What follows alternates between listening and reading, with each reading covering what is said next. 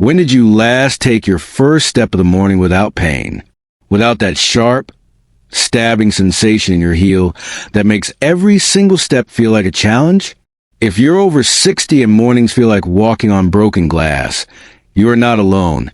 And you are certainly not broken. You simply haven't been shown what's happening inside your foot or how to address it. Most people don't realize that heel pain isn't random, and it isn't just a natural part of aging. A study published in the Journal of Foot and Ankle Research found that nearly 1 in 10 people will experience plantar fasciitis during their lifetime, and the rates are highest among adults over 60 who spend long hours sitting. The plantar fascia, a thick band of connective tissue running from your heel to your toes, becomes tight, inflamed, and irritated. Every step you take pulls on it, like an overstretched rubber band. But here's what changes everything.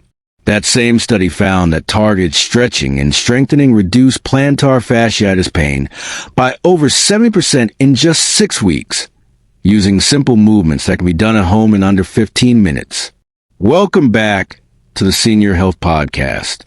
Today, Japan's oldest practicing doctor will walk you through the 5 essential exercises you need to eliminate foot pain for good. Stay until the end, because we're also including 2 bonus strengthening exercises. Because relieving pain is one thing, but preventing it from returning is the real goal. Host, Doctor, you've treated thousands of patients with foot pain over many decades. Why does this topic matter so much to you? Doctor, foot pain steals independence. When your feet hurt, you stop walking. And when you stop walking, everything else begins to decline. Your heart health, your muscle strength, your balance, and even your mood. I have watched patients completely transform their overall well-being simply by healing their feet. The exercises I'm about to share are the same ones I have used in clinical practice for over 60 years. They are effective, and they produce results quickly. Host, that's a powerful reminder. Before we begin, we'd love to hear from our audience. Please leave a comment with a number 1 if you experience foot pain with your very first steps in the morning, and a 2 if that pain spreads into your arch as the day goes on. Let us know where you're starting from. Doctor, yes, please share. Whether your pain is mild or severe, whether it's been present for weeks or for years, these 5 exercises are designed to meet you exactly where you are. Host, Doctor, before we get into the exercises, I think our viewers need to understand what's actually happening inside the foot. What is the plantar fascia? And why does it cause so much pain after 60? Doctor, let's keep it simple. On the bottom of your foot, there's a thick, strong band of tissue called the plantar fascia. Think of it like a bowstring. It begins at your heel bone and fans outward toward each of your 5 toes. Its primary job is to support the arch of your foot and absorb shock with every step you take. Host, so it's essentially holding the foot together. Doctor, exactly. When it's healthy, you don't notice it at all.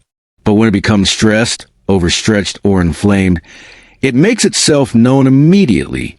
The pain typically appears right at the heel, where the fascia attaches to the bone. Sometimes it moves forward into the arch. And for most people, it's worse during those first steps of the morning.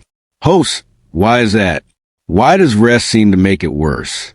Doctor, because overnight, the fascia tightens and contracts. While you sleep, your foot is relaxed, often with the toes pointing slightly downward. The tissue shortens. Then the moment you stand up and place your full weight on it, you're suddenly stretching that tight, inflamed tissue all at once. That sharp, stabbing sensation is a result. Host, and why does this become more common after 60? Doctor, several reasons. First, the plantar fascia naturally loses elasticity with age. It becomes less flexible and more prone to small micro tears. Second, the fat pad beneath the heel, which normally cushions each step, thins over time. Less cushioning means more direct impact on the fascia. And third, Many older adults develop tight calf muscles and Achilles tendons from extended periods of sitting. That tightness pulls on the heel and increases tension on the plantar fascia with every step. Host. So the calf is involved as well, not just the foot itself. Doctor. Very much so.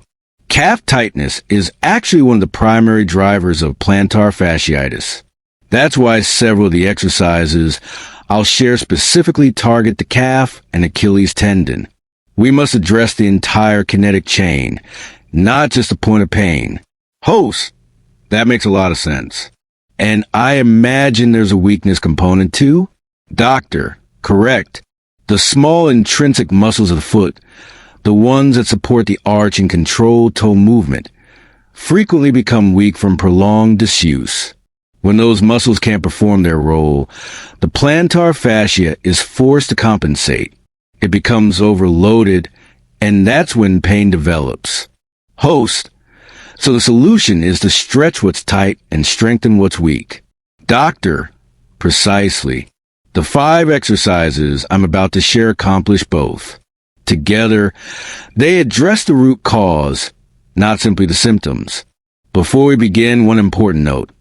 If you are experiencing severe pain, numbness, or visible swelling, please consult your physician before proceeding. These movements should bring a sense of relief, not strain.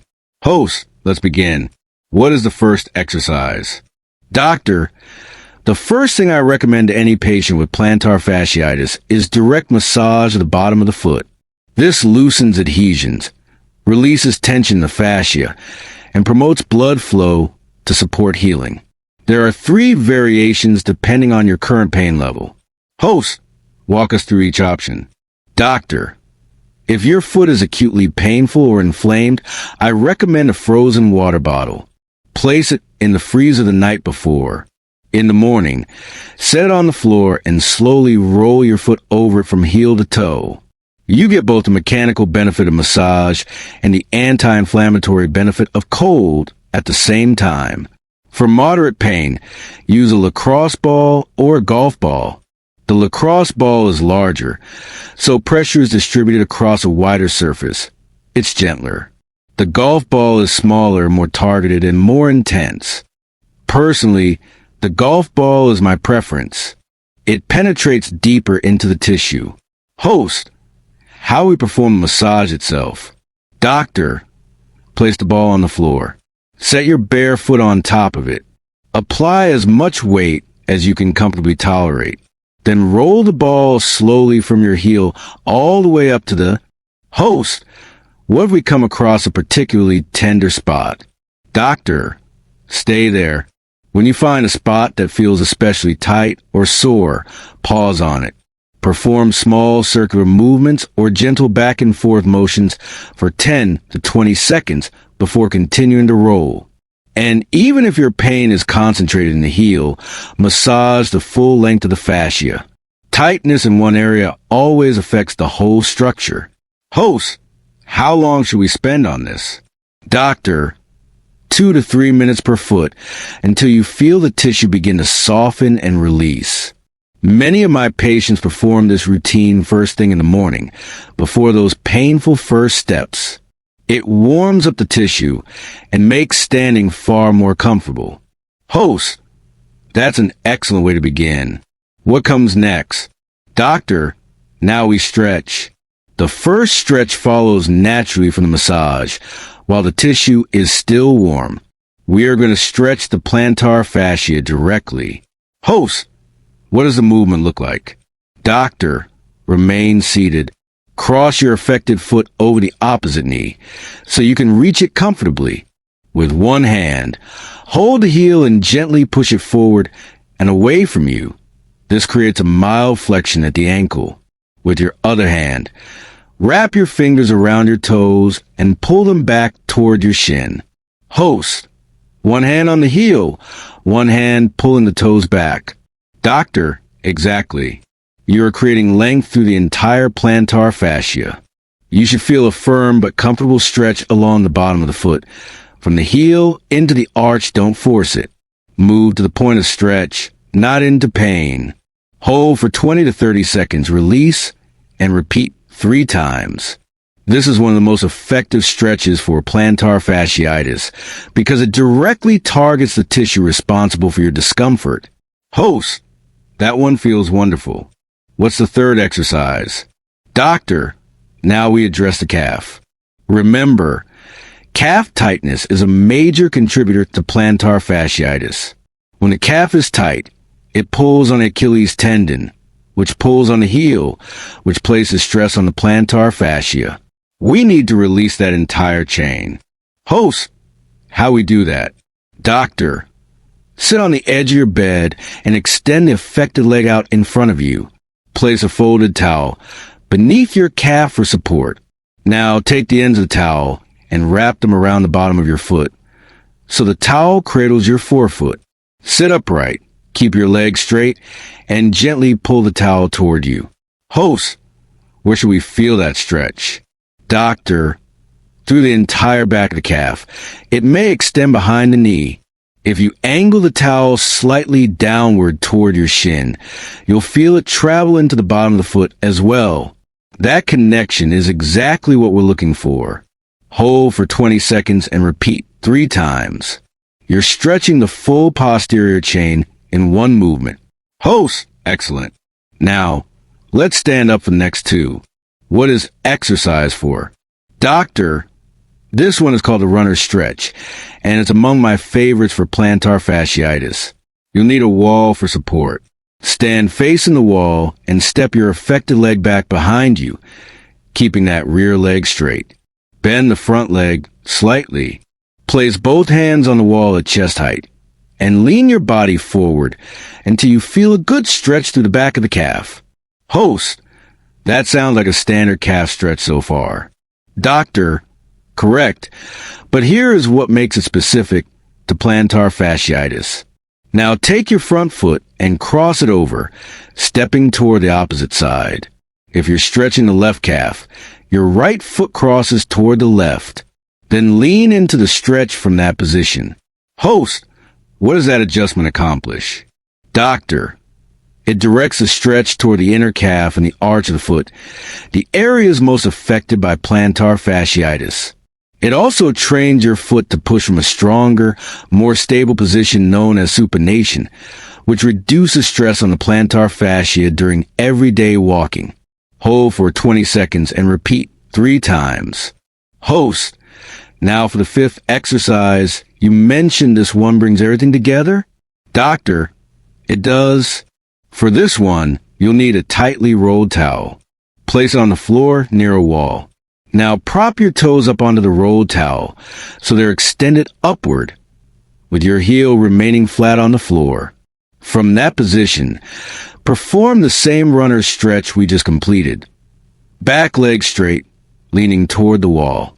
Host, so the toes are elevated while we stretch the calf. Doctor, exactly.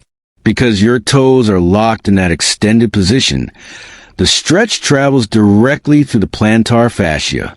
You'll feel this variation much more intensely along the bottom of your foot. It stretches the calf and the plantar fascia simultaneously, addressing both contributors in a single movement. Hold for 20 seconds and repeat 3 times. Host, with that, all 5 exercises are complete, but we're not done yet.